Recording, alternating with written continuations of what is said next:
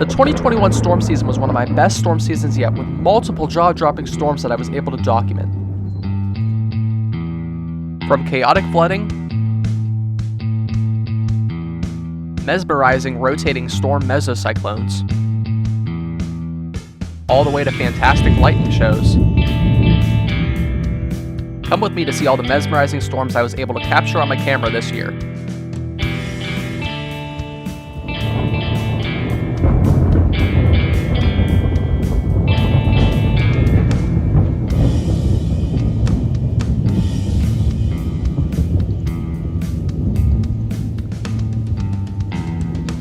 With the fading of the Northern Hemisphere's winter comes the long-awaited spring season. The evading cold air is then replaced by the movement of warm air advection, which then causes warm air to flood into the United States.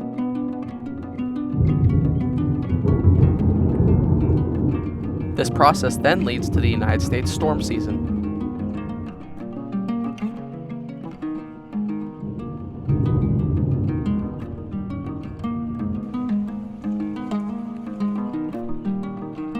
My first catch of the year was a non-anticipated storm mesocyclone. There's a mesocyclone forming down south of me right now, and it's pretty interesting. It looks like it's starting to gain some good structure, and a lot of these cells are rotating more so than I thought they would, so this is a pretty good event forming out here.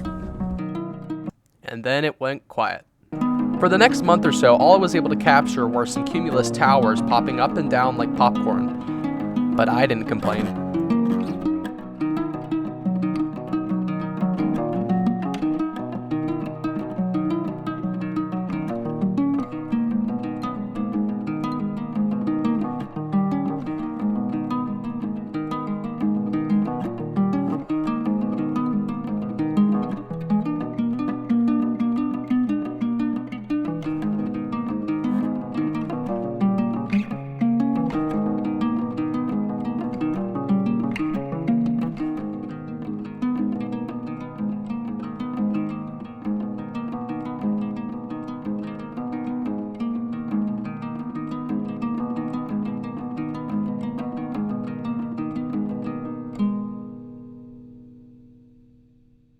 With the turn of the month from May to June, the severe weather started off with, well, less than a bang.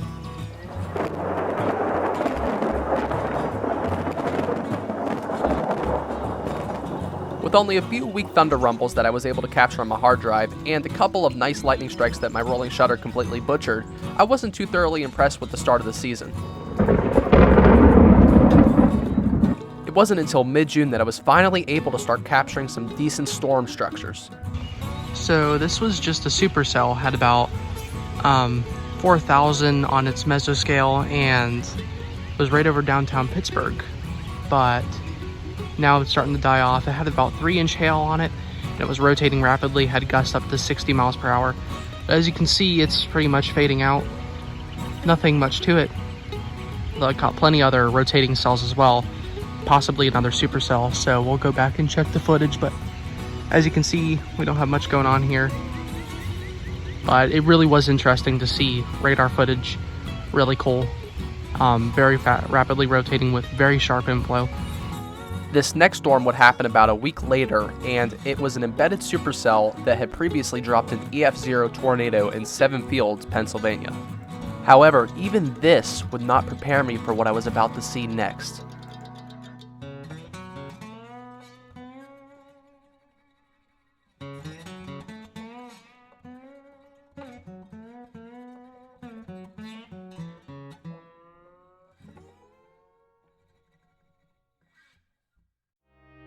This next storm would lead the start of what I would argue was my best storm season yet. This sucker would have its ecotop shoot all the way up to 50,000 feet in the atmosphere. A marvelous storm to interpret.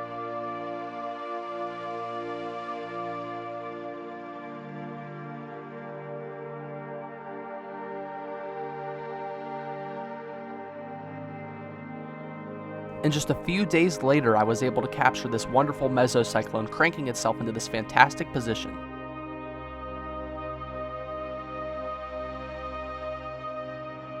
And with this next linear system that would move through in July, I would capture my first ever positive CG lightning strike in 4K.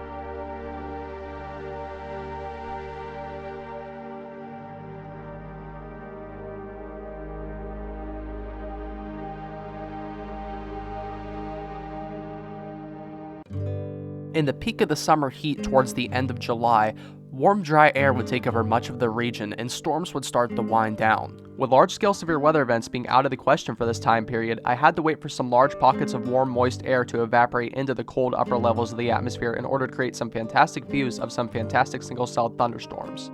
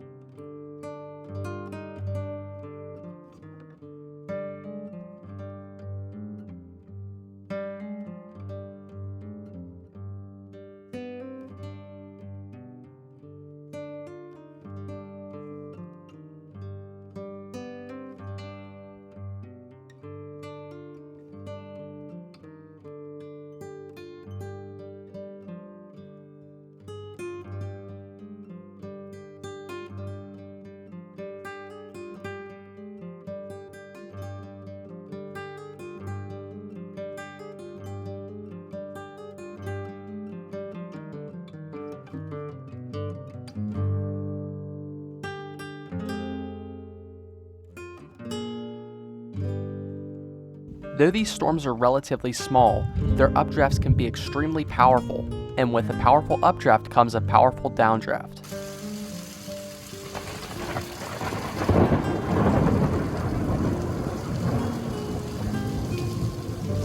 With an intense storm downdraft, rainwater can accumulate very quickly and can thus lead to flooding. Watch as we drive through nearly 2 feet of water in this flooded valley. I would never suggest trying something like this out on your back roads, unless you're crazy like us, or you got a 4-wheel drive.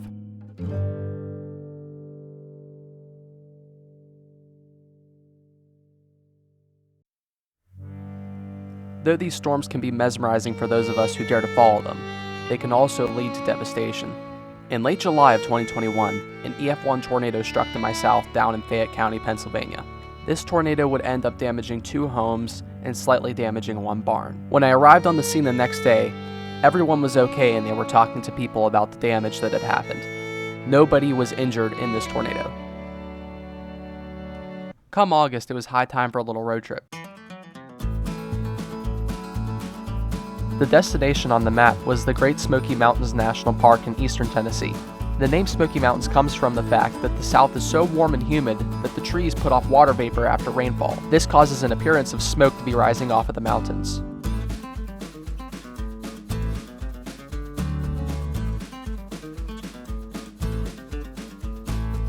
These warm and humid conditions led to some storm development over the mountains throughout the course of my stay at the Smoky Mountains.